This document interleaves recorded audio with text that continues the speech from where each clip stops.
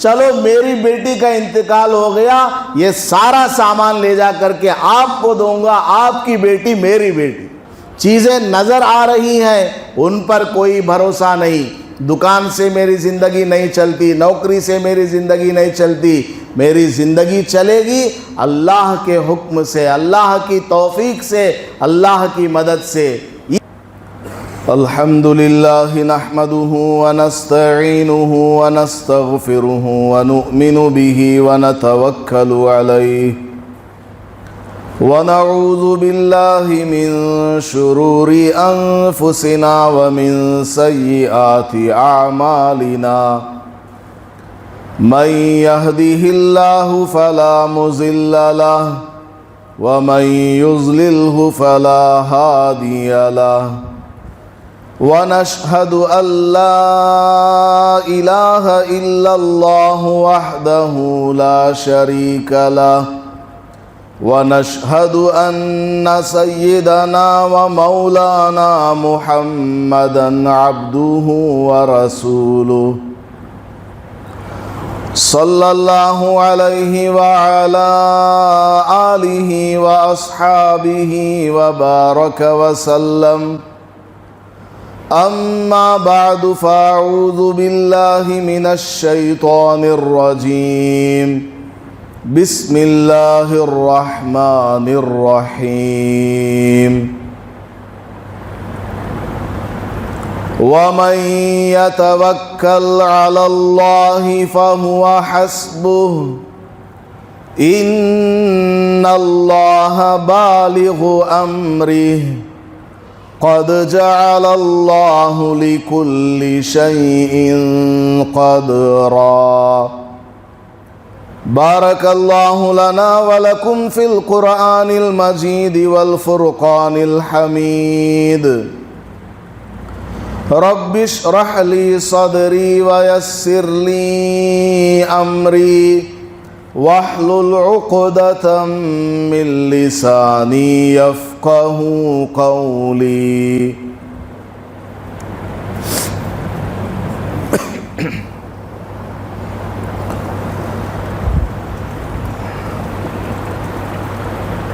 معزز سامعین کرام، اللہ پاک نے ہماری ہدایت کے لیے عظیم الشان بے مثال قرآن کریم عطا فرمایا ہے۔ انسان کی زندگی میں ہر طرح کے مواقع آتے رہتے ہیں، کبھی خوشی ہے، کبھی غمی ہے، کبھی مالداری تو کبھی تنگ دستی، کبھی صحت، کبھی بیماری، کبھی فراغت ہے اور کبھی مصروفیت۔ انسان کی زندگی میں اس طرح کے موڑ آتے رہتے ہیں۔ قرآن کریم کے ذریعے اور حضرت محمد الرسول اللہ صلی اللہ علیہ وسلم کے ذریعے اللہ پاک نے انسان کو ہر موقع پر ہدایات سے نوازا ہے کہ کس وقت بندے کو کیا کرنا چاہیے، انسان کے اوپر کب کیسی حالت پیش آئے، انسان کو اس حالت میں کیا ایکشن لینا چاہیے، تمام کی تمام ہدایات اللہ پاک نے قرآن کریم کے ذریعے اور رسول اکرم صلی اللہ علیہ وسلم کے ذریعے عطا فرمایا ہے۔ آج فجر کی نماز کے بعد تفسیر کے دوران یہ ایک آیت گزری ہے جس میں توکل کا سبق دیا گیا ہے۔ تو ارادہ ہوا کہ توکل اور صبر سے متعلق کچھ باتیں آپ حضرات کی خدمات میں پیش کی جائیں تاکہ ہمارے اندر صبر بھی پیدا ہو جائے اور توکل بھی پیدا ہو جائے، کیونکہ یہ دونوں چیزیں ہر انسان کے لیے لازمی ہیں۔ ہر ایک انسان کو چاہیے کہ وہ ان دونوں چیزوں کو اپنی زندگی میں اختیار کرے۔ اگر یہ دو نعمتیں انسان کو حاصل ہو جائیں تو بہت بڑا فائدہ ہو جائے گا۔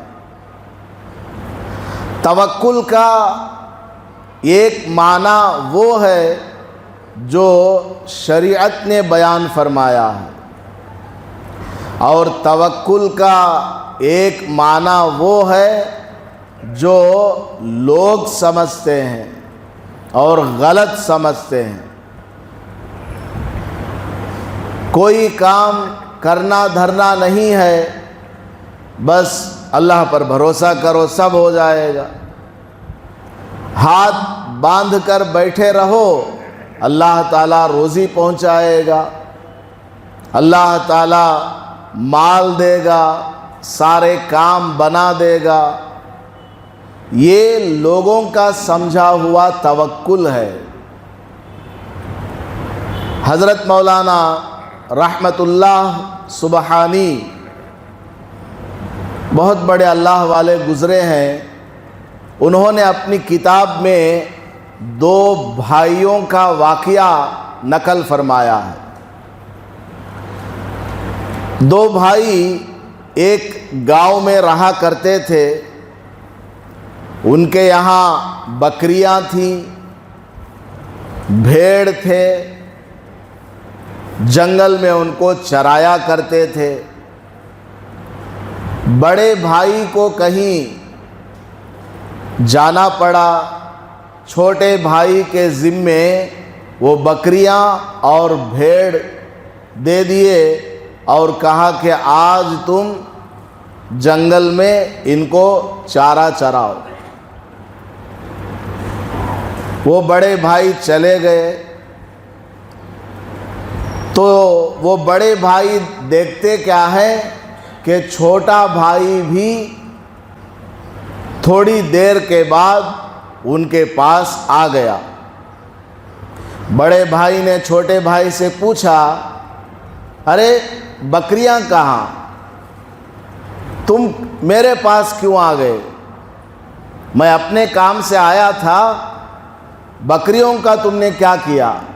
تو چھوٹے بھائی نے کہا، اللہ کے بھروسے پر میں نے جنگل میں چھوڑ دیا ہے اور تمہارے پاس آیا ہوں، میرا بھی کوئی کام ہے۔ تو بڑے بھائی نے کہا، اللہ کے بھروسے پر بکریوں کو جنگل میں کھلا چھوڑا ہے؟ کیا تمہیں یہ نہیں معلوم کہ جنگل کے بھیڑیے وہ بھی اللہ کے بھروسے پر شکار کے لیے نکلتے ہیں؟ جنگل کے شیر، بھالو اور درندے وہ بھی اللہ کے بھروسے پر شکار کے لیے نکلتے ہیں۔ اگر ان کے ہاتھ کوئی بکری آ گئی تو کھا جائیں گے۔ توکل کا معنی تم نے غلط سمجھا ہوا۔ بکریوں کو کسی محفوظ جگہ باندھو، چاروں طرف سے کوئی باؤنڈری بناؤ، چارہ خود سے کاٹ کر لے جا کر ڈالو، بعد میں تم اللہ کی ذات پر بھروسہ کر کے آگے چلو، اللہ تعالیٰ اس کی حفاظت فرمائے گا۔ ایک گاؤں والا حضور اقدس صلی اللہ علیہ وسلم کی خدمت میں حاضر ہوا۔ اونٹ کے اوپر وہ سوار ہو کر آیا تھا، حضور صلی اللہ علیہ وسلم سے کوئی مسئلہ پوچھنے کے لیے۔ آپ صلی اللہ علیہ وسلم نے باتوں ہی بات میں اس آدمی سے پوچھا، تمہارا اونٹ کہاں ہے؟ تو گاؤں والوں نے کہا، کہ حضرت میں نے باہر اللہ کے نام پر چھوڑا ہے، اللہ پر توکل کرتے ہوئے میں نے اونٹ کو باہر چھوڑا ہے۔ حضور صلی اللہ علیہ وسلم نے ارشاد فرمایا توکل یہ نہیں ہے کہ اونٹ کو کھلا چھوڑ دیا جائے، توکل یہ ہے کہ اونٹ کو رسی سے کسی جگہ ستون اور پلر میں یا درخت میں پیڑ میں باندھو، اس کے بعد اللہ پر بھروسہ کرو۔ اللہ نے اس دنیا کو دار الاسباب بنایا ہے، world of cause and effect بنایا ہے۔ ہر چیز کا کوئی نہ کوئی پراپر کاز ہونا چاہیے، ریزن ہونا چاہیے۔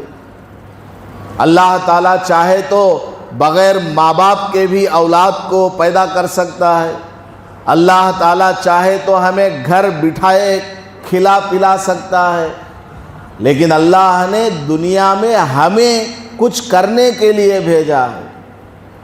اس میں ہمارا امتحان ہے کہ دکان پر بیٹھے رہو، دکان پر بیٹھ کر گاہکوں کا انتظار کرو، دکان چلاؤ، نوکری کرو، ملازمت کرو، پیسہ کماؤ، محنت کرو، مزدوری کرو، پیسہ کماؤ، لیکن اپنی دکان پر بھروسہ مت کرنا، اپنی نوکری پر بھروسہ مت کرنا، اپنی محنت اور مزدوری پر بھروسہ مت کرنا۔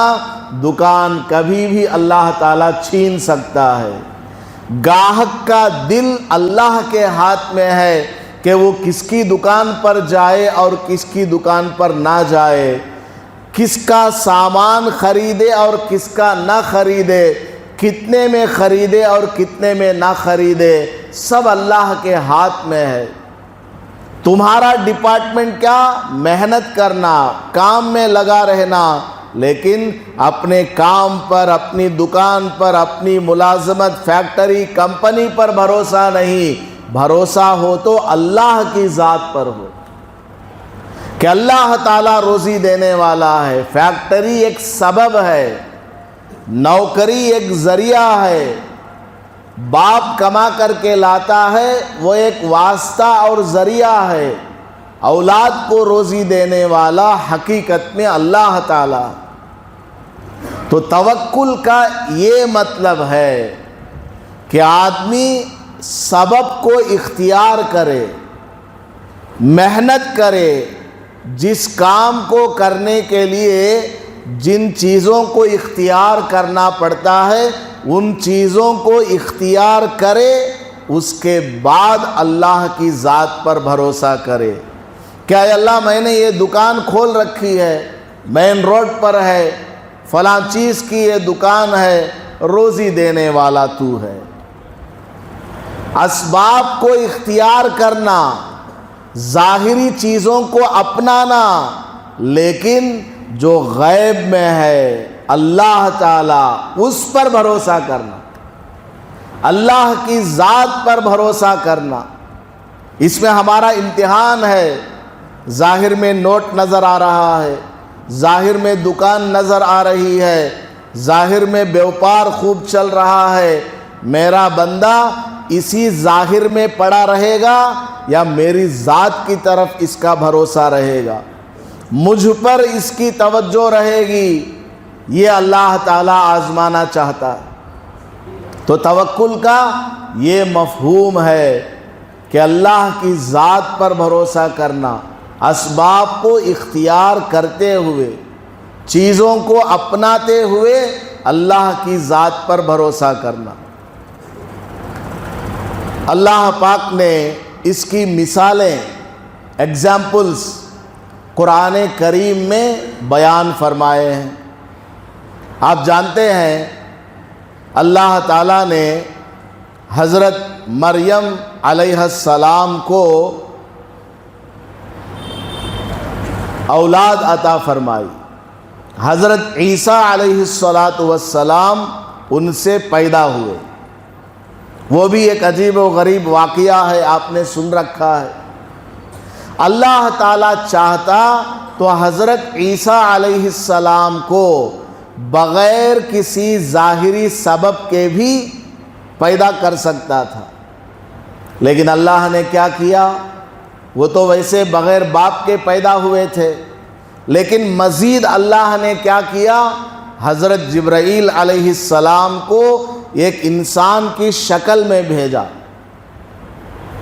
حضرت مریم علیہ السلام کے پاس حضرت جبرائیل علیہ السلام تشریف لائے، اچانک ان کے سامنے ایک آدمی کی شکل میں یا جس شکل میں ہو اللہ تعالیٰ نے ان کو ظاہر کیا اور ان کے گریبان میں پھونک مارے۔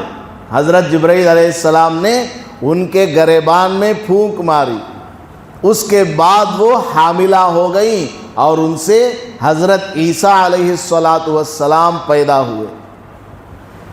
حضرت آدم علیہ السلام کو اللہ تعالیٰ نے مٹی سے بنایا ہے، اللہ چاہتا بغیر کسی میٹیریل کے بنا سکتا تھا، بغیر مٹی کے، بغیر پانی کے، بغیر ہوا کے اللہ تعالیٰ پیدا کر سکتا تھا، لیکن ظاہر میں فرشتے کو بھیجا، جاؤ زمین کے مختلف علاقوں سے مٹی لے کر کے آؤ اور ایک پتلا بناؤ، اس میں روح ڈالوں گا، وہ آدم بنیں گے، پھر ان کو دنیا میں بھیجا جائے گا۔ حضرت مریم علیہ السلام کے بطن مبارک سے حضرت عیسیٰ علیہ السلام کی جب ولادت ہوئی، جب ڈیلیوری کا وقت آتا ہے، اس کے بعد عورت انتہائی کمزور ہو جاتی ہے، چلنے پھرنے کی طاقت نہیں رہتی، مقوی اور طاقتور غذا کو کھانا پڑتا ہے۔ اللہ تعالیٰ چاہتا تو حضرت مریم علیہ السلام کو ڈائریکٹ کسی تشت میں، کسی برتن میں کھانے پینے کی چیزیں پیش کر سکتا تھا کہ آپ اس کو کھاؤ، طاقت آئے گی، اور بغیر کھائے بھی اللہ تعالیٰ طاقت دے سکتا تھا، لیکن اللہ تعالیٰ نے کیا کیا؟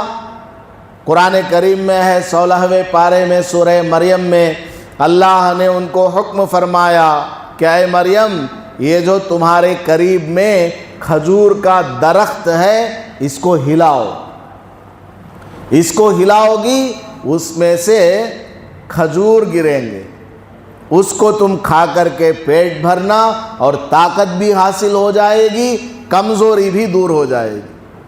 حضرت مریم علیہ السلام نے درخت کو ہلایا، کسی ڈھالی کو ہلانا ہو ہلایا جا سکتا ہے۔ کھجور کا درخت ہے، کس قدر سخت ہوتا ہے، کتنا طاقتور وہ ہوتا ہے، انہوں نے اللہ کے حکم پر اس کو ہلایا، کھجور نیچے گرے، آپ نے اٹھا کر کے کھا لیا۔ تو اللہ پاک نے قرآن کریم میں اس کی مثالیں بیان فرما کر ہمیں یہ سبق دیا ہے کہ اسباب کو اختیار کرو، اس کے بعد اللہ پر بھروسہ کرو۔ اللہ تعالیٰ پر توکل کرنے کا یہی مطلب ہے کہ چیزوں کو اختیار کرنا، اپنانا، کاروبار کرنا، محنت کرنا، مزدوری کرنا، ساتھ میں اللہ پر بھروسا کرنا کہ اے اللہ میں نے یہ کام شروع کیا ہے، اے اللہ میں نے یہ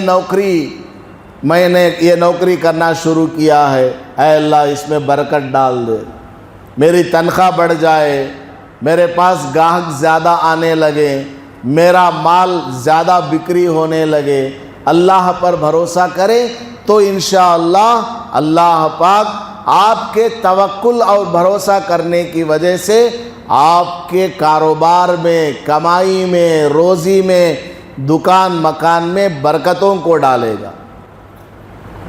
اور کبھی کوئی ایسا موقع آ جائے کہ جس میں اچانک کوئی مصیبت آ گئی، کوئی پریشانی آ گئی، تو آدمی کو صبر اختیار کرنا چاہیے۔ صبر اختیار کرے گا، اللہ تعالیٰ اس صبر کے اختیار کرنے کی وجہ سے اس مصیبت کو ٹال دیتا ہے۔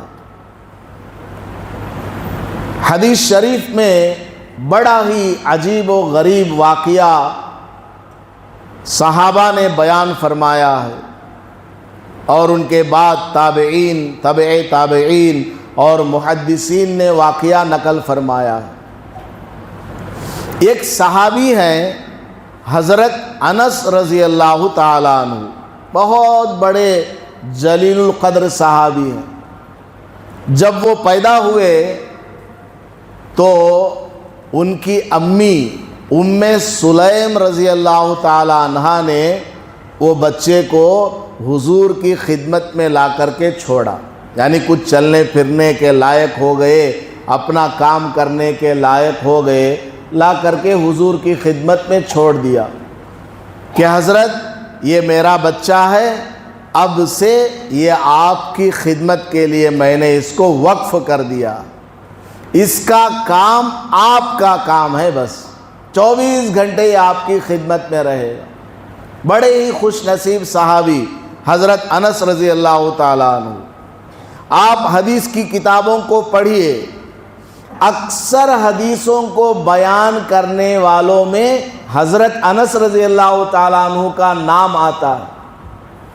حضور کی خدمت میں اکثر رہا کرتے تھے، کون آیا کون گیا، کیا مسئلہ پوچھا کیا جواب دیا، اور عمر بھی چھوٹی ہے تو ذہن میں ساری باتیں یاد ہو جایا کرتی تھی۔ علماء اسی لیے فرماتے ہیں بچپن سے اپنے بچوں کو علماء کے پاس لے جایا کرو، نیک لوگوں کے پاس لے جایا کرو، بچپن میں ہی دین کی باتیں ان کو سکھایا کرو، پڑھایا کرو، بچپن کی باتیں ان کے ذہنوں میں اتر جاتی ہیں، پتھر کی لکیر کی طرح وہ بات بیٹھ جاتی ہے اور دل و دماغ میں وہ باتیں گھومتی رہتی ہیں، آگے چل کر ان کی زندگی سدھر جاتی ہے۔ حضرت انس رضی اللہ تعالیٰ عنہ کے والد صاحب کا انتقال ہو گیا تو ان کی امی، حضرت انس کی امی ام سلیم رضی اللہ عنہا نے عدت کے بعد یا چند سال بعد ایک دوسرا نکاح کر لیا۔ حضرت طلحہ رضی اللہ تعالیٰ عنہ سے ان کا نکاح ہو گیا۔ بڑے نیک آدمی تھے وہ بھی، اور اکثر سفروں میں ادھر ادھر ان کا آنا جانا رہتا تھا۔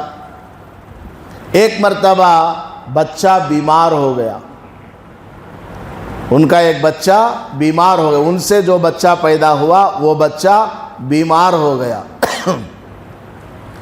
تو سفر میں جانے لگے تو بیوی سے پوچھا بچہ کیسا ہے، طبیعت کیسی ہے؟ تو ام سلیم رضی اللہ عنہا نے کہا ہاں بچہ بیمار ہے۔ خیر وہ سفر میں چلے گئے، لمبا سفر تھا یا جیسا تھا، بعد میں سفر سے واپس آئے۔ اللہ کا کرنا ایسا ہوا کہ جب وہ واپس آئے تھے اس سے کچھ پہلے اس بچے کا انتقال ہو گیا۔ شام کا وقت ہو رہا تھا، بچے کا انتقال ہو گیا۔ ام سلیم رضی اللہ عنہا حضرت انس کی امی وہ سوچنے لگی میرا شوہر سفر میں گیا ہوا تھا، شام کے وقت وہ واپس آئے گا، بچے کی موت کی خبر سنے گا، دل کو بڑی تکلیف ہوگی، بہت زیادہ غم لاحق ہوگا۔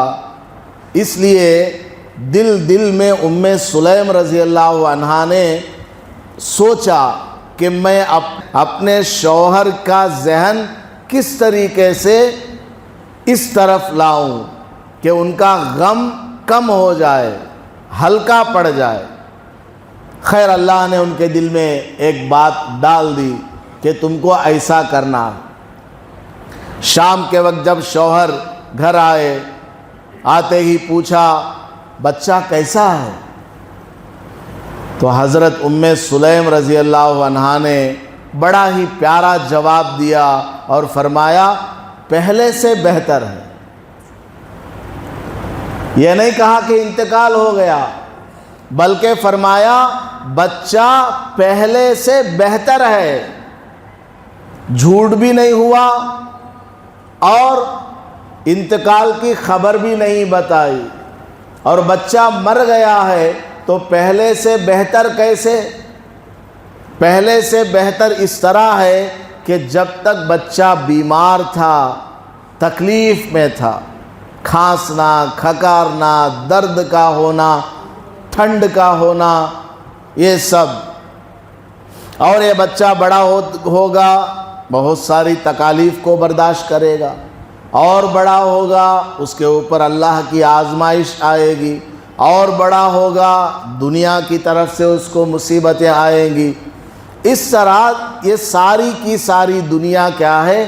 مصیبت ہی مصیبت ہے، آزمائش ہی آزمائش ہے، اور آدمی مر جائے گا ساری بیماری ختم، ہارٹ کا درد ختم، سر درد ختم، سب کچھ ختم ہو جائے گا، اللہ کے پاس پہنچ جائے گا۔ اور بچپن میں کوئی بچہ فوت ہو جاتا ہے وہ اس کے لیے سیدھا جنت کا فیصلہ ہو جاتا ہے۔ حضرت ام سلیم رضی اللہ تعالی عنہا نے بڑا ہی پیارا جواب دیا اور فرمایا کہ بچہ پہلے سے بہتر ہے۔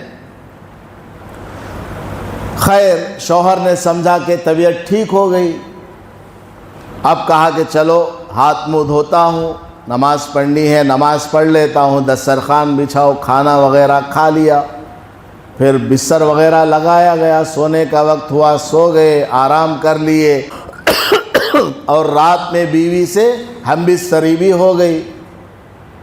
کافی رات گزرنے کے بعد جب بیوی نے شوہر کو دیکھا کہ دن بھر کی ان کی تھکان، سفر کی تھکان سب دور ہو چکی ہے، اب سوچا کہ ان کا موڈ بالکل اطمینان کی حالت میں ہے، اب ان کو میں اصل بات بتاتی ہوں۔ چنانچہ انہوں نے اپنے شوہر سے ایک سوال پوچھا، ڈائریکٹ نہیں بتایا کہ بچے کا انتقال ہو گیا، بلکہ سوال پوچھا کہ آپ مجھے یہ بتائیں، اگر ہمیں کسی نے کوئی چیز بطور امانت دے رکھی ہو،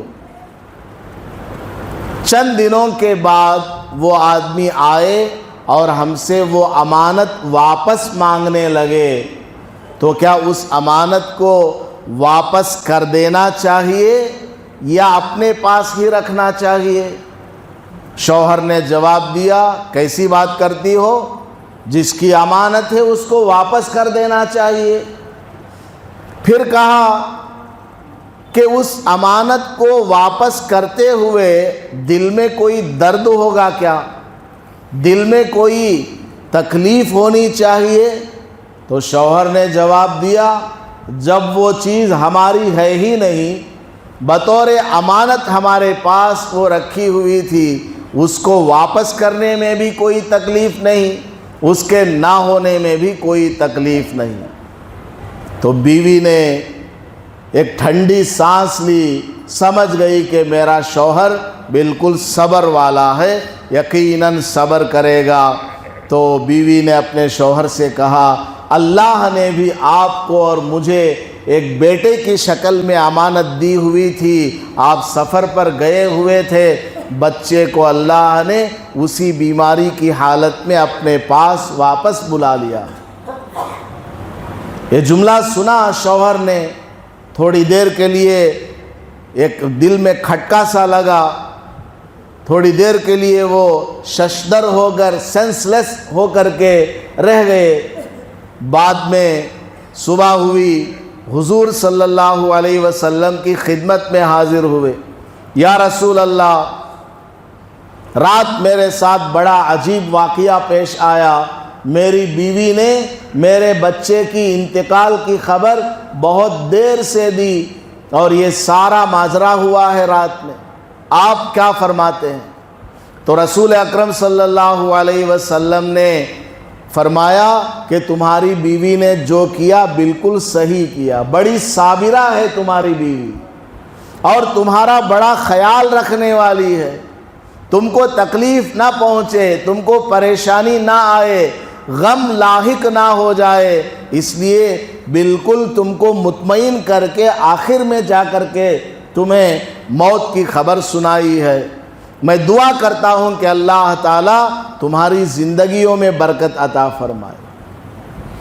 نبی پاک صلی اللہ علیہ وسلم کی دعا کی برکت سے یہ ہوا کہ اس رات میں میاں بیوی نے جو ملاقات کی ہے، صحبت کی ہے، اللہ نے اس کی وجہ سے اس ام سلیم رضی اللہ عنہا کے پیٹ میں حمل ٹھہرا دیا، اور ان کو ایک لڑکا پیدا ہوا جن کا نام رکھا عبداللہ، اور ان سے 9 لڑکے پیدا ہوئے بعد میں چل کر، اور سب کے سب بڑے بڑے وقت کے علماء ہوئے۔ تو دیکھیے صبر کرنے کی برکت سے اللہ پاک نے ان کو کیسا نوازا، اللہ کی ذات پر توکل کرنے کی برکت سے کیسی کیسی نعمتیں ان کو ملتی ہیں۔ تو اللہ کی ذات پر توکل کرنا چاہیے، کبھی کوئی مصیبت آ جائے تو صبر اختیار کرنا چاہیے۔ پنجاب میں ایک حکیم رہا کرتے تھے، بڑے عجیب و غریب حکیم تھے، نیک، دیندار، نمازی، پرہیزگار۔ وہ روزانہ اپنے گھر سے مطب میں جانے سے پہلے، مطب یعنی ہاسپٹل، حکیم کا ہاسپٹل کو مطب بولا جاتا ہے، روزانہ وہ مطب میں جانے سے پہلے اپنی بیوی سے پوچھا کرتے تھے آج تم کو شام تک کیا راشن لا کر کے دینا ہے۔ وہ ایک چیٹی میں لکھ کر کے دیتی، چاول اتنا، دودھ اتنا، شکر اتنا، یہ سب وہ سب لے جاتے، اس کا حساب لگاتے اور مطب میں جا کر بیٹھتے تھے۔ ایک مرتبہ کوئی انجینئر تھا، وہ راستے سے جا رہا تھا، ٹائر پنچر ہو گیا، اور ان کے ہاسپٹل کے سامنے ہی اس کا ٹائر پنچر ہوا۔ قریب میں کوئی پنچر کی دکان تھی، وہ پنچر والے کو بلا کر کے لایا اور پنچر ڈلوا رہا تھا۔ حکیم صاحب نے دیکھا کہ باہر دھوپ میں ایک آدمی کھڑا ہوا ہے، حکیم صاحب نے اندر بلا لیا، یہاں آ کر کے بیٹھ جاؤ جب تک تمہارا کام ہو جائے گا۔ وہ آ کر کے بیٹھا، دیکھتا رہا حکیم صاحب کس طرح علاج کرتے ہیں۔ تو حکیم صاحب لوگوں سے پیسہ لے رہے ہیں، دوائی لکھ کر کے دے رہے ہیں۔ ایک آدمی آیا، اس کی کیا پریشانی تھی اس نے بتائی، اس کو دوائی لکھ کر کے دی۔ جب وہ پیسہ دینے لگا، حکیم صاحب نے منع کر دیا، نہیں لیتا پیسہ، جاؤ۔ دوسرا آیا، اس سے بھی نہیں لیا، تیسرا آیا، اس سے بھی نہیں لیا۔ یہ آدمی بیٹھا سوچنے لگا، شروع میں تو کئی آدمیوں سے پیسہ لیا، بعد والوں سے نہیں لیا، عجیب بات ہے۔ حکیم صاحب کے خادم سے پوچھا کہ آپ کے حکیم صاحب نے ایسا کیوں کیا؟ تو خادم نے بتایا کہ ہمارے حکیم صاحب روزانہ گھر سے لسٹ لے کر کے آتے ہیں کہ آج میرے گھر کا خرچہ کتنا ہونے والا، جتنا خرچہ بنتا ہے اتنا پیسہ اگر آ جاتا ہے تو اس کے بعد 1 روپیہ کسی سے نہیں لیتے، اس کے بعد 1 روپیہ کسی سے نہیں لیتے، مفت میں علاج کرتے ہیں۔ یہ ہمارے حکیم صاحب کا عمل ہے، بڑے نیک آدمی ہیں۔ یہ جو آدمی بیٹھا ہوا تھا، اس کے پاس حکیم صاحب کی بیٹی گھر سے آئی تھی، کچھ کھانا پینا لے کر آئی تھی، اس کو بھی دیا کہ آپ بھی کھا لو، چھوٹی بچی تھی۔ خیر واقعہ ختم ہوا، وہ انجینئر کار میں بیٹھ کر چلا گیا۔ پھر کئی سال کے بعد، یہ پوائنٹ ہے مین، کئی سال کے بعد روزانہ جس طرح حکیم صاحب حساب لیتے ہیں، اپنی بیوی سے کہا آج کا کیا کیا خرچ ہے لکھ کر کے دو، کیا کیا سامان چاہیے۔ تو بیوی نے پورا لسٹ لکھ کر کے دیا۔ حکیم صاحب لسٹ لے گئے اور مطب میں جا کر کے، ہاسپٹل میں جا کر کے پرچی کھول کر کے دیکھا تو ہوش اڑ گئے کہ آج کا خرچہ تو بہت زیادہ۔ کیوں؟ اس لیے کہ بچی شادی کے لائق ہو گئی ہے، اب اس کے لیے جہیز کے سامان کا انتظام کرنا ہے، جہیز کے سامان کا انتظام کرنا ہے، ہزاروں لاکھوں روپیہ جمع کرنا۔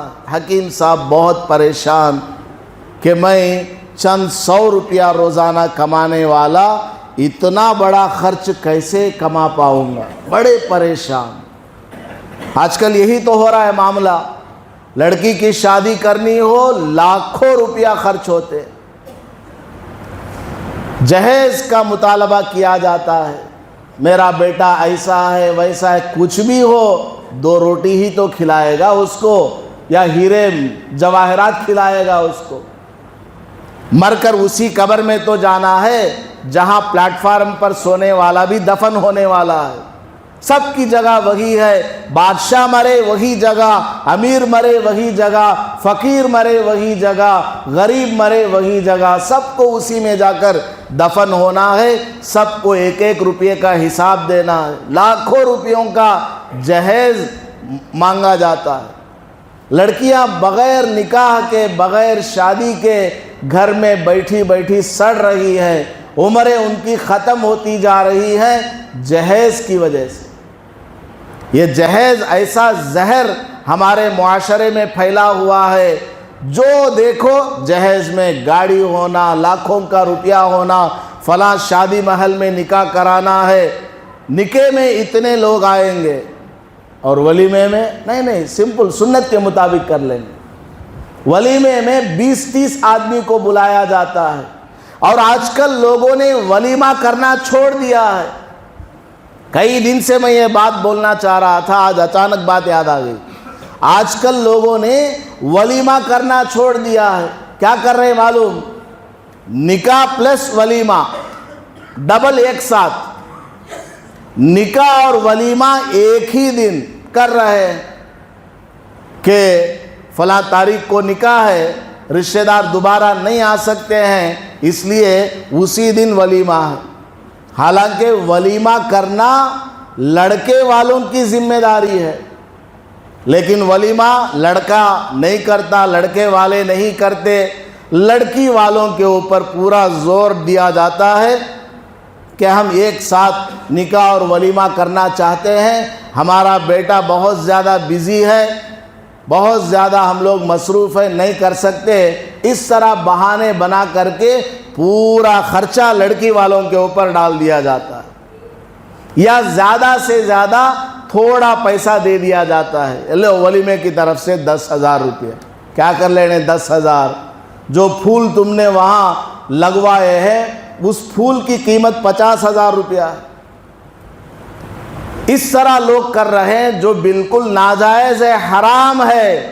لڑکی والوں سے زبردستی دعوتیں کروانا ناجائز ہے، اور نکاح میں لڑکے والے لے کر کے آتے ہیں 400-500 آدمیوں کو، اور ولیمہ اگر کرتے بھی ہیں تو لڑکی والوں سے بولتے ہیں ولیمہ کرنا سنت ہے، ایک سنت پر عمل کرے تو کتنا ثواب معلوم، کلیچ نہ بریانی کھائے سو، پھر آج کی کیا ضرورت ہے، اتنے آئٹماں کیا واسطے، ایسا ویسا کر کے۔ اب لڑکی والا بیچارہ مجبور ہے، وہ لڑکی ہے نا، کہیں یہ لوگ ناراض نہ ہو جائیں، میری لڑکی کو کچھ کر نہ دیں، اس لیے صبر کرتا ہے، بلکہ الٹا پیسہ دے دیتا ہے، چلو ولیمے کے لیے بھی میری طرف سے 2 بکرے ہیں یا اتنے پیسے۔ ہو رہا ہے کہ نہیں ہو رہا؟